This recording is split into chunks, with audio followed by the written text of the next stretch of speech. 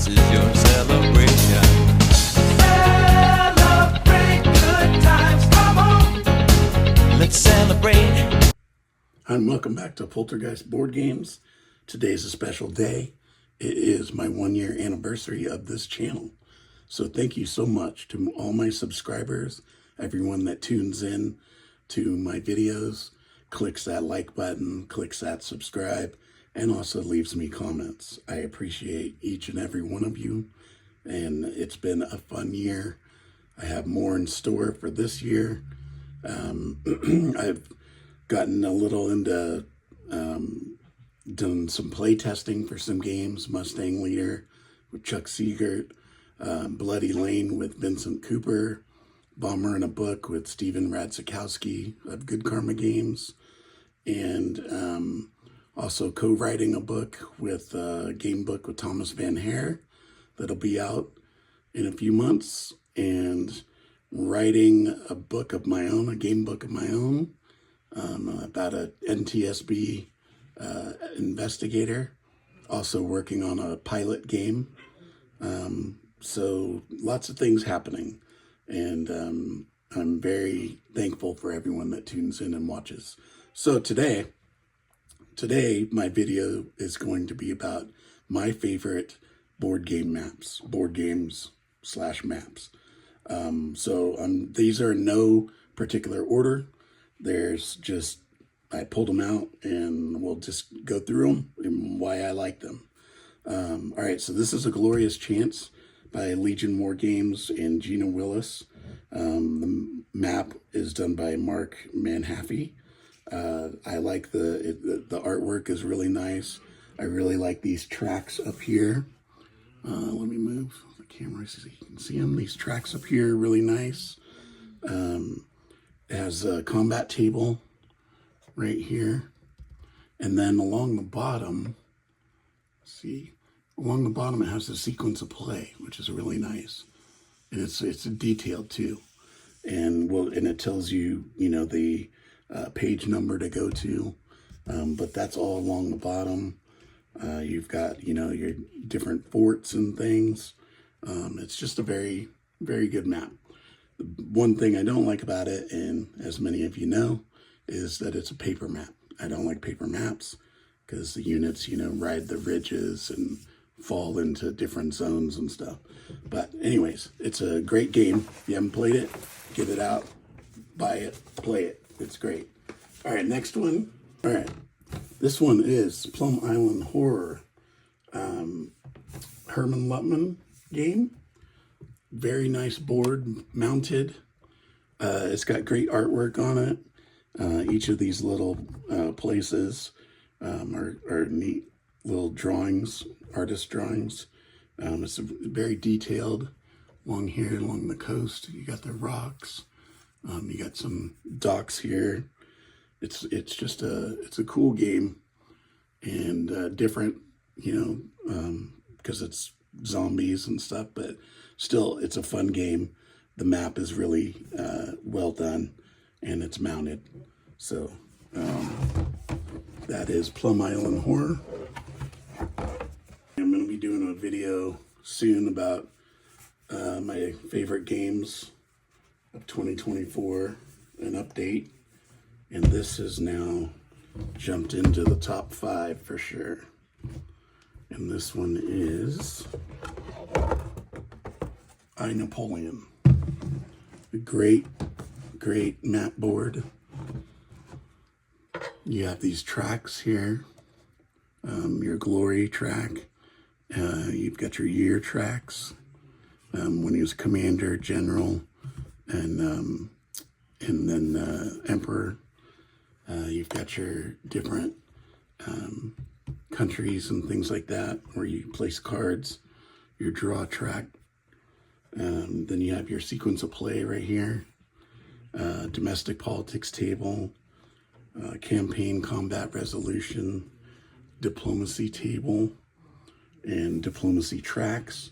Then over on the far right, you have your the Napoleon section. You have like the family and mistress, and these are Napoleon and Chief of Staff, Minister, Police, Talleyrand. And then you have your treaties, commanders, things like that. But it's really neat board. It's mounted. It's got a nice map underneath of the world out back in that day, back in the 1790s. So that was Napoleon by Ted Racier. Cuba Libre, which is GMT games and a coin game, one of the coin games. It's a nice mounted board. It's cool, you know, it's got different colors. Your sequence of play has a legend, and then your different insurgent forces go in different boxes. It's got this nice track that comes along the top and the side. It's just really nice, and then it's got some pictures of Castro, and you know, just it's a nice board, nice laid out, and good artwork. All right, next one is by DBG Games, Chuck Siegert, Stuka Leader. Now you may be thinking, Stuka Leader, like all those leader games are the same. Not really. This one they did a little different. So you've got your ambulance, fuel depot, and supply dump here across the top. Those were newly added.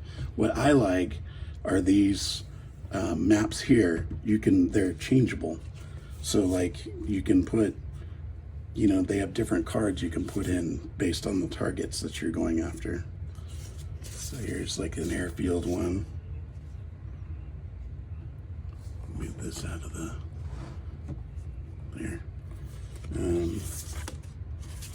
So this is really like how you can change the layout.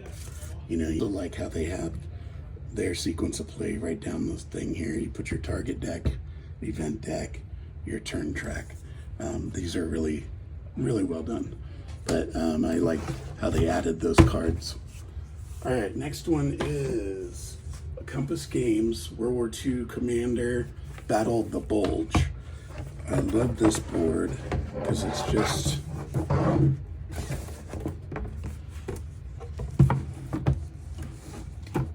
set up neat. I love the different zones, the different difficulty, different difficulties are in, you know, triangles or squares. The terrain effects. You have the turn tracks. This is like your calendar along here. Your time track. And you have a terrain key up in the corner. But it's a really good game. A lot of fun to play. It doesn't take long to play either. So that was World War II Commander by Compass Games. Another Compass Games. This is one of my favorites too. This is Storm of Steel by Joe Fernandez. Compass Games, it's a big map, so we'll have to stretch it out.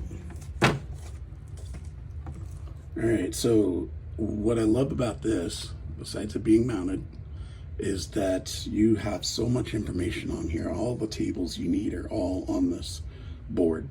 You barely even need the player aids because all the information's here. And then you've got all the room for your squadron. And then over here is a cool, I like kind of, you know, like paperwork stuff. And this scratches my paperwork itch here. So what I like, because I like paperwork stuff, how you keep track of your crew here, their experience, but also your wounded pilots and wounded gunners. You have to keep track of they go down this track until they're available again. Then you also have replacement crew and replacement gunners that you keep track here. You have damaged aircraft that you keep track of. So it's kind of neat to not only are you flying a squadron of Stukas and you have targets you're going after on this thing here, but that you're also keeping track of your equipment and your pilots. So it's a fun game, great game. If you haven't played it, you should play it. All right, this game, I had it, then I sold it, and now I rebought it because I really liked this aspect of the game and I wanted to give it another shot. To me, it was pretty complicated the first time we played it, but I'm more experienced now, so I decided to try it again. I've already played 4 scenarios and I'm getting the hang of it a lot better than I did the first time. But this is Carrier Battles Philippine Sea by Compass Games. Another great game. It's a lot of fun. It's just, it gets busy when you get into the higher, the more you learn. They break it up in chunks, which is nice, kind of like Skies Over Britain, or Skies Above Britain. They break it up in chunks, and they add stuff, so it's easier to learn that way. But what I like is, I like this records track, the game turn track, and sorry, pointing to nothing but air over there. So, you have your day turns to dusk and then night. Records track. These are different zones that the Japanese will be in, and your task force. Up here, this is what I really like. So you have your air missions along here, and then you keep track of your fuel. It's a really cool system, the fuel tracking. That's a lot of fun. And down here you have your task force groups, and there's 4 of them. But what I really love about this system is that you're managing your planes on the carrier. So when they come into land, then the next turn you're moving them to the hangar, and then you're moving them to surfacing, and then finally they're ready to take off and launch. And then, when they go through their fuel and stuff, you gotta land them again, make sure you don't have anyone on the deck. So it's fun. You get to manage those planes all while battles are going on and stuff. So that's a lot of fun. So that's Carrier Battles Philippine Sea by Compass Games. Good game. You should play it.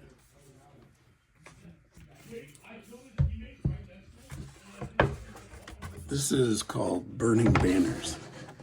This is kind of like a, you have kind of like a Dungeons and Dragons type, it's the map artwork is really, really awesome. And it's all hand drawn too. Get you a closer look here. But you have different areas that you go to. And then all 4 boards connect. There's 4 maps. I'm just going to show you 2. But it's a really fun game to play. Different, If you want to get out of the World War II and stuff like that. So here's another map. Just really, really beautiful artwork. It's very well done. So that's Burning Banners by Compass Games. Next game is Manila, The Savage Streets, 1945. Now, also Advance to the Volga, Stalingrad Advance to the Volga. Those are both excellent games. They play very well. The maps are really beautifully done. They're the actual battle maps from that time. And they're really well detailed. Like you can see the urban, or not the urban, but urban areas in here. And the airports that need to be secured and things like that. Here's one here. The different ports. But what I really like, I like these tracks. The tracks are all really nice. And this random event result thing is really good. But what I really like is I like this right here, this attack defense value track. This thing is excellent. The first game didn't have it. It's easier to track on here, the amount sometimes you get up into the 20s, how many attack value and defense value that you and your opponent, the opponent enemy have. So this is a good way to keep track. Now the new game they're coming out with, Berlin, doesn't have this. So it's kind of annoying, but you know, we have that printed one to fall back on. But they said that there's too much information they have on the board, so they couldn't squeeze this in, which is good. It means, you know, we're getting more stuff to learn. All right, so that was Manila, The Savage Streets by Mike Ranella. And the next one is Overflight by Thomas Van Hare and Historic Wings. This is a canvas map. What? Did you say canvas map? Yes, canvas map. This is a thing of beauty. This is so nice. It's really, really nice. The art, you know, Thomas does very well. Very, very nice art. And he's got the different tracks to different targets that you have to go. You put your skill chits for your director here and your pilot. He's got the weather track, which I absolutely love. Then you have your altitude chart, and then you have your flight management chart here. So it's really nice, good art, and it's canvas, which is my only canvas map. All right, getting towards the end here. I'm sure everyone's like, can this guy just hurry up? All right, this is 8th Air Force by Fortress Games, Bob Faniff. It's mounted. They had paper one before, but now they have mounted. Really nice artwork. I was also going to bring out Save South Vietnam. That one's really nice too. It's got nice black and white pictures along the bottom. I love the tracks. These tracks that the bombers follow here up into Germany. Very cool. The artwork is nice. You've got terrain in here, kind of like little cities put in, but it's a really, really great game and a nice map board.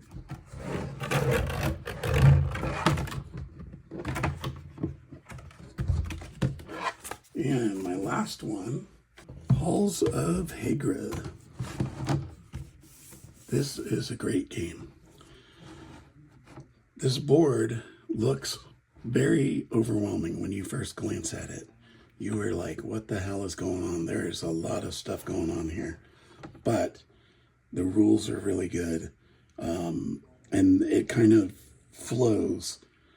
So, you know, this would be defend the walls is 1, fire artillery 2, supply run 3. It kind of goes in order. Maintenance 4, infirmary 5, and then 6 is your morale track. So it flows really well. Once you know how the game works, this board works really well. But what I really like is that this board evolves. It goes, I